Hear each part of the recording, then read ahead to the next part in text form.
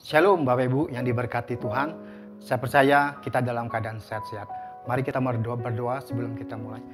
Kami bersyukur malam hari ini Tuhan, kami boleh bertemu kembali dalam acara Good News. Urapi hamba-Mu yang membawa renungan dan urapi setiap kami yang mendengarnya. Terima kasih Bapa. Dalam nama Yesus kami sudah berdoa dan bersyukur. Haleluya. Amin. Bapak Ibu, malam hari ini saya akan membagikan dengan satu topik, hidup adalah pilihan. Mari saya mengajak kita untuk membuka di kitab Ulangan ke-30 ayat ke-19. Saya akan bacakan. Aku memanggil langit dan bumi menjadi saksi terhadap kamu pada hari ini. Kepadamu kuperhadapkan kehidupan dan kematian, berkat dan kutuk. Pilihlah kehidupan supaya engkau hidup, baik engkau maupun keturunanmu. Amin Bapak Ibu. Jelas ayat ini Tuhan memperhadapkan pilihan kepada bangsa Israel waktu itu. Tuhan memperhadapkan kematian atau kehidupan, berkat atau kutuk, bangsa Israel yang pilih. Saya percaya Bapak Ibu, kalau bangsa Israel memilih kehidupan, mereka akan mengalami kehidupan. Tetapi kalau mereka memilih kematian, mereka akan mengalami kematian. Demikian juga kalau mereka memilih berkat, mereka akan mengalami berkat. Dan kalau mereka memilih kutuk, mereka akan mengalami kutuk. Kenapa? Bapak Ibu, karena kita manusia mempunyai kehendak bebas. Kita bebas untuk memilih percaya kepada Tuhan ataupun tidak percaya kepada Tuhan. Kita bebas memilih untuk taat firman Tuhan ataupun tidak taat terhadap firman Tuhan. Hati-hati Bapak Ibu terhadap pilihan kita. Kita sudah belajar dari Adam dan Hawa. Mereka gagal. Amin. Kenapa saya katakan gagal? Karena Adam dan Hawa memilih untuk mentaati godaan setan daripada untuk mentaati firman Tuhan. Dia memakan buah pengetahuan yang baik dan yang jahat. Wow Bapak Ibu, dampaknya sangat fatal sekali. Semua manusia kehilangan kemuliaan Allah. Semua manusia berdosa. Dan Taman Eden menjadi Taman Edan. Hati-hati Bapak Ibu terhadap pilihan kita. Kita sudah belajar dari Adam dan Hawa. Jangan sampai kita mengulanginya. Saya percaya gini Bapak Ibu, mungkin apa yang kita alami saat ini itu karena pilihan kita di masa lalu. Maka itu hati-hati terhadap pilihan kita. Memang ada pilihan yang Tuhan telah tentukan dari sananya. Misalnya apa Bapak Ibu? Tentang kelahiran dan kematian. Kita tidak bisa memilih kapan kita mau lahir. Lahir di mana, anak siapa, negara mana, suku mana. Tuhan sudah menentukan. Juga kita nggak bisa memilih kapan kita mau mati? Jam berapa mau matinya? Caranya gimana mati? Tuhan sudah menentukan. Jadi untuk hal kelahiran dan kematian, Tuhan yang menentukan. Tapi selebihnya, kita yang menentukannya. Maka itu Bapak Ibu, hati-hatilah dalam kita menentukan pilihan. Saya membagikan malam hari ini ada 3 macam atau kategori pilihan. Yang pertama, pilihan yang tidak terlalu penting. Untuk pilihan yang tidak terlalu penting ini, yang kita butuhkan bijaksana. Artinya gini Bapak Ibu, kita punya pikiran, kita bisa berpikir mana yang boleh, mana yang tidak. Contohnya, misalnya masalah makanan, minuman, ataupun pakaian.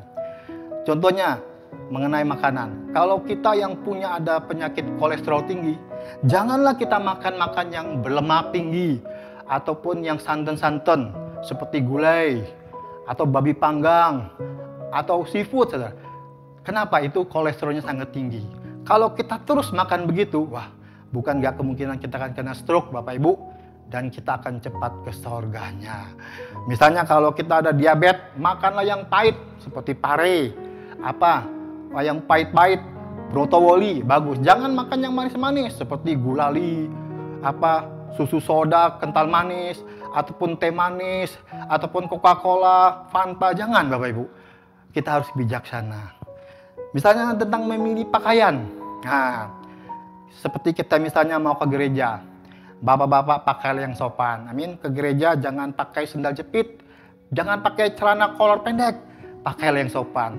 Kenapa? Itu nggak memuliakan Tuhan. Pakai kemeja yang berkerah. Kalau kaos yang berkerah, celana panjang pakai yang sopan. Kalau ibu-ibu atau wanita-wanita juga pakai yang sopan, amin. Jangan pakai pakaian yang ketat, ataupun pakaian yang kurang bahan, transparan, yang bolongnya di punggung, pakai tank top, jangan. Itu tidak memuliakan Tuhan.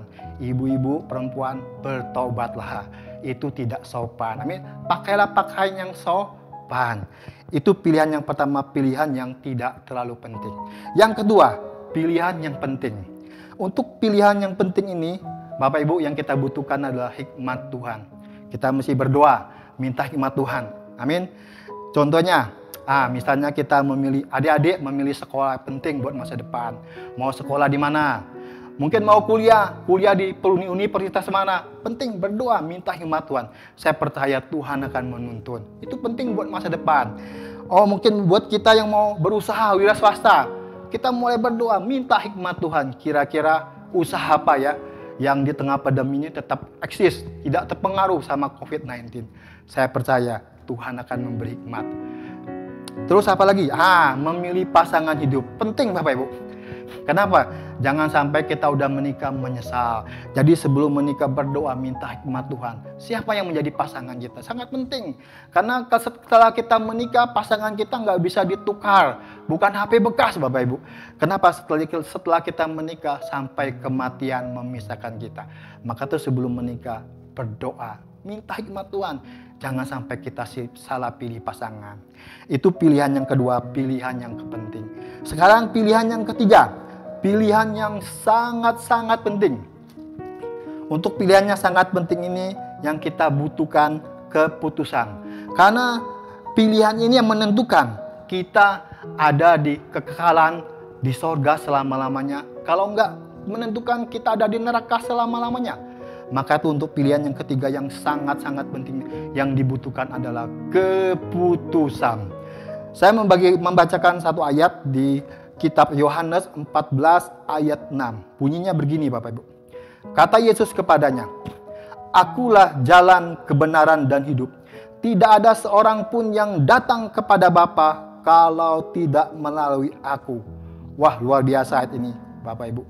Yesus menawarkan jalan. Dia menawarkan kebenaran dan hidup.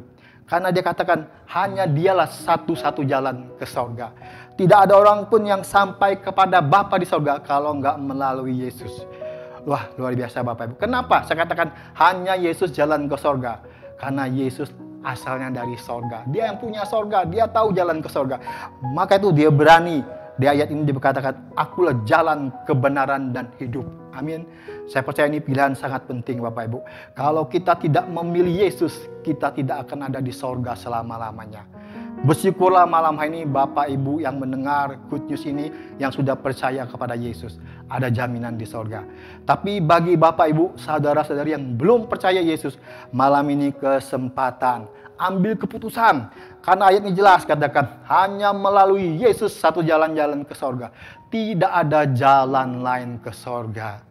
Saya mau bersaksi Bapak Ibu, kejadiannya itu 20 tahun yang lalu saya bertemu dengan seorang kakek-kakek yang umurnya kira-kira 70 sampai 76 tahun.